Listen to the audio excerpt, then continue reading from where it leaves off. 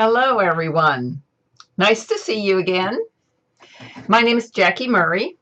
I've been teaching most of these webinars. I've been teaching K through 8 technology for 15 years, and I've been teaching K through 16 for about 35 years. So I have a pretty rounded understanding of what goes on with learners in a classroom, outside of a classroom, because all the teaching is just not done in the classroom.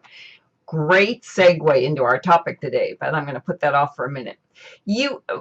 Besides teaching, I also mentor and coach teachers. So if you need help with that stuff, contact me. You can find me at askatechteacher@gmail.com.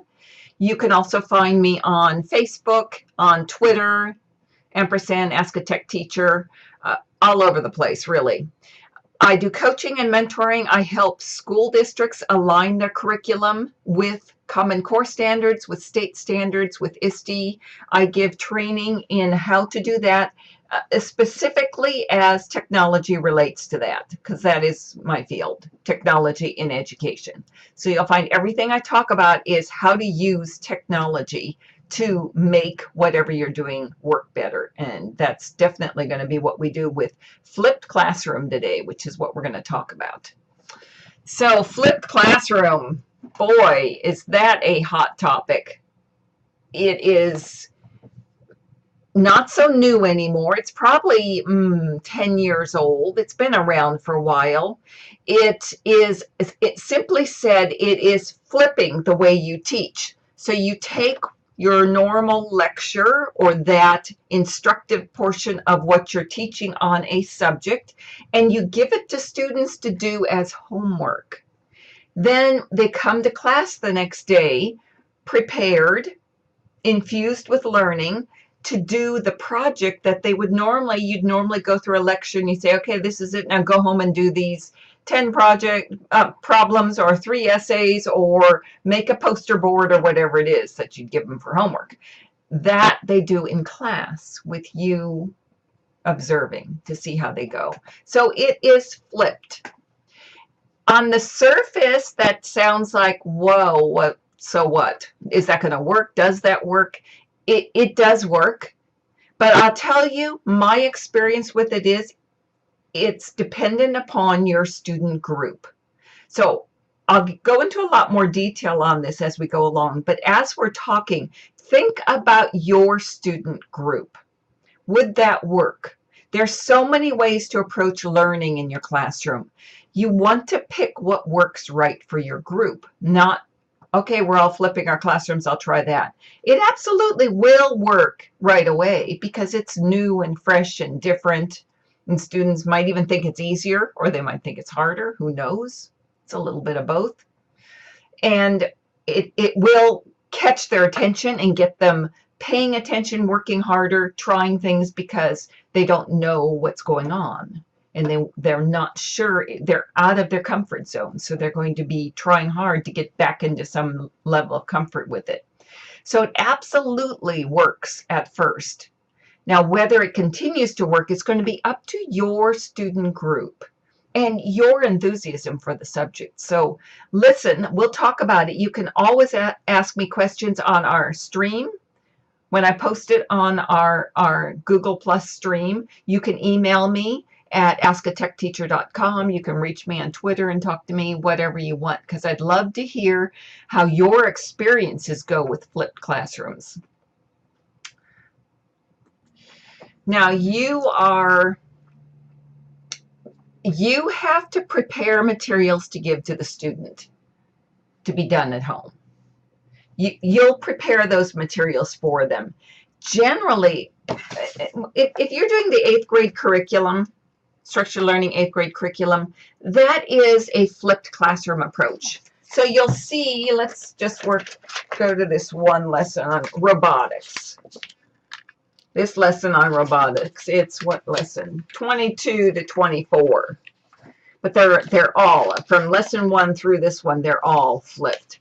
This one, this is all the material. And by 8th grade, you're actually providing them a copy of this book to go through it. But if you turn through this lesson, you come to the end where it provides the homework that you need to prepare for students. Generally, it's a couple of videos. It's videos. It can be discussion questions that they will answer in creative ways.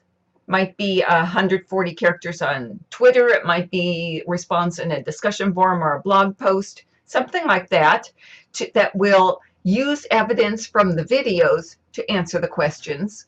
It might be that they meet in a group on Google Hangouts. By 8th grade, they certainly can do that. By 6th grade, they can. Maybe 3rd grade, it'd be a little more difficult without you modeling it at first. Hard to say, though, because all student groups are different.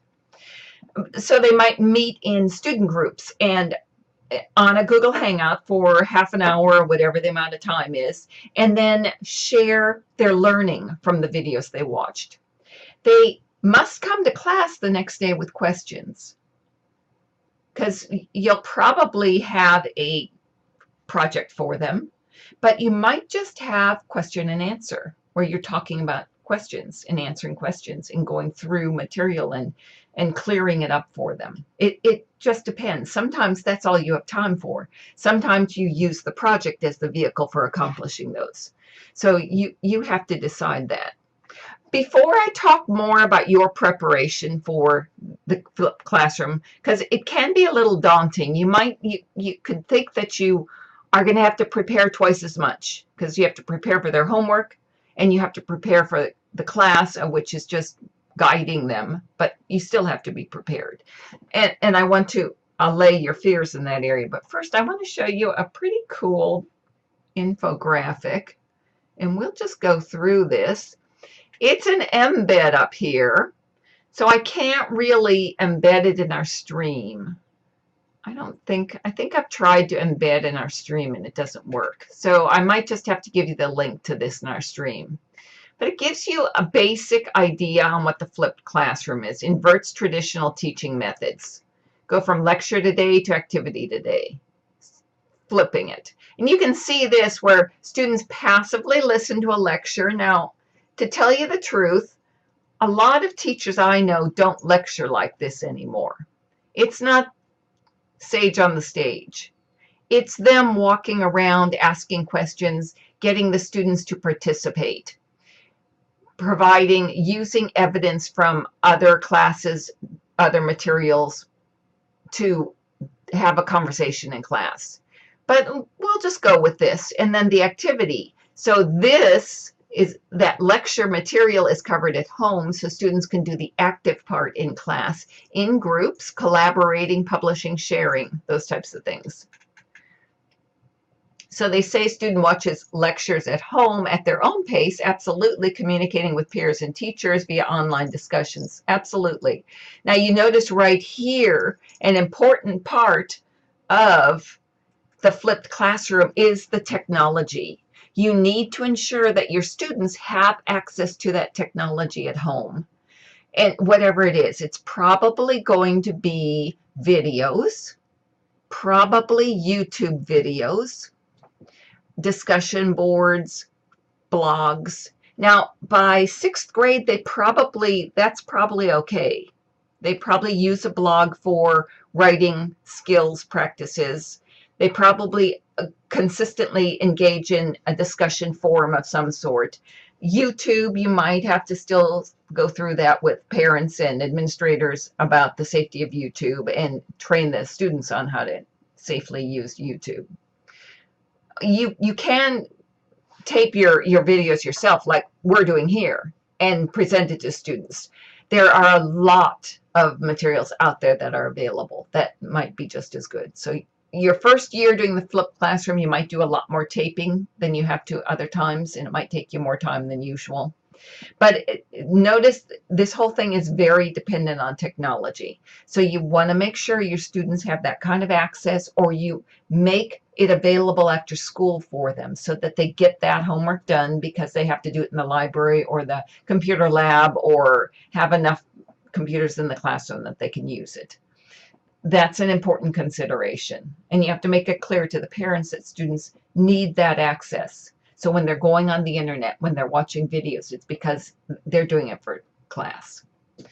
And that is a consistent theme with flipped classroom. It's not about reading a chapter in a book and coming to class. It's about watching videos, touching on a variety of resources, communicating with classmates, and collaborating on answers and discussions. Okay, so concept engagement takes place in the classroom with the help of the instructor. So then they come to class the next day after having done all of this conversation. Hopefully it has gotten them excited about the topic. So this discussion the next day is solid. Okay, flipped classroom provides opportunities for learning through activity rather than just sitting and listening. Every student doesn't learn well by this listening. A lot of them learn better by doing with someone else. So it gives you that chance. Now they're covering all ends of that on your topic. Influences the learning environment, and you have this nice education technology. There we are. You got to have that. I'll skip over the history, although when I put the link on our stream, you can look at this history of it. It's kind of interesting, and it's some really forward-thinking teachers who thought it up. So there's some pretty good statistics on its use, on how it works. Before the flip, 50% of freshmen failed English, 44% failed math. After, 19% and 13%. So a big drop from those numbers. Much better discipline. Now, once again, is this because of the flip or is it because of something new? That's just hard to say. So I'm on the fence on that. It does not take away from my excitement at a flipped classroom, and I definitely use it in my teaching, but it does make me wonder, how long will it last? I'd love your thoughts on that. Okay. All right.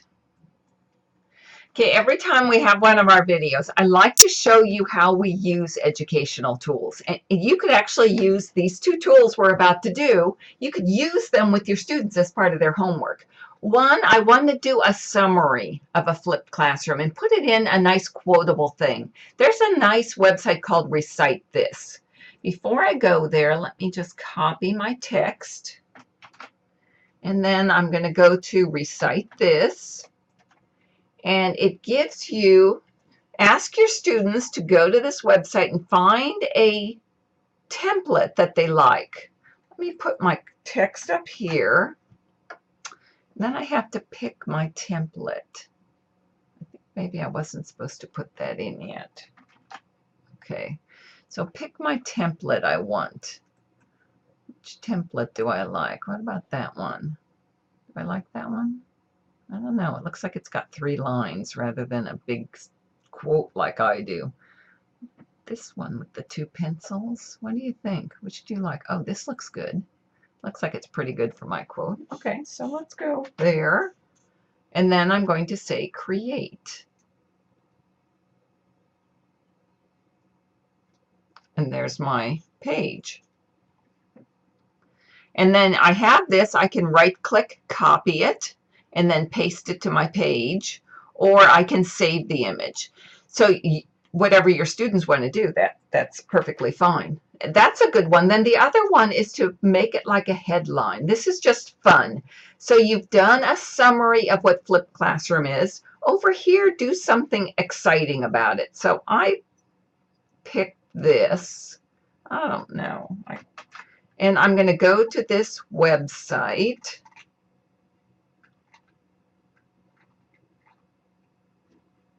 Which is up here. And name of my newspaper will be The Flipped Classroom. Keep us in. And my date, I'm fine. Whatever date is fine. Headlines. Flipped Classroom arrives. And then I'm going to put my story. And I'm going to generate it. have my newspaper. When I right click, I can copy, I can save it, and then I'll put it over here, just like that one is. So they're just fun things, and they show students you're not going to teach them to use these two tools. They're just going to now have them available for other things, for any way that they want to pizzazz up a report or make a quote look more attractive this way, or do something clever with a snippet of information. This article, by the way, can get much longer. Mine's just very short, but in this widget, you can make it much longer. So it gives them a couple options for that. So I like that. So I'll put these two on the stream for you. So that is our flipped classroom. And I'm going to provide all these materials for you. Treat it like homework. You now have an infographic. You have a couple widgets I'm going to put up there for you. I might even have a video I'm going to put up there. Your homework, look through that material and then participate in our discussion. Pretend that's our class and comment on a flipped classroom so we can all join in the discussion. All right, guys, that was fun. I look forward to seeing you for our next video. Talk to you soon. Bye.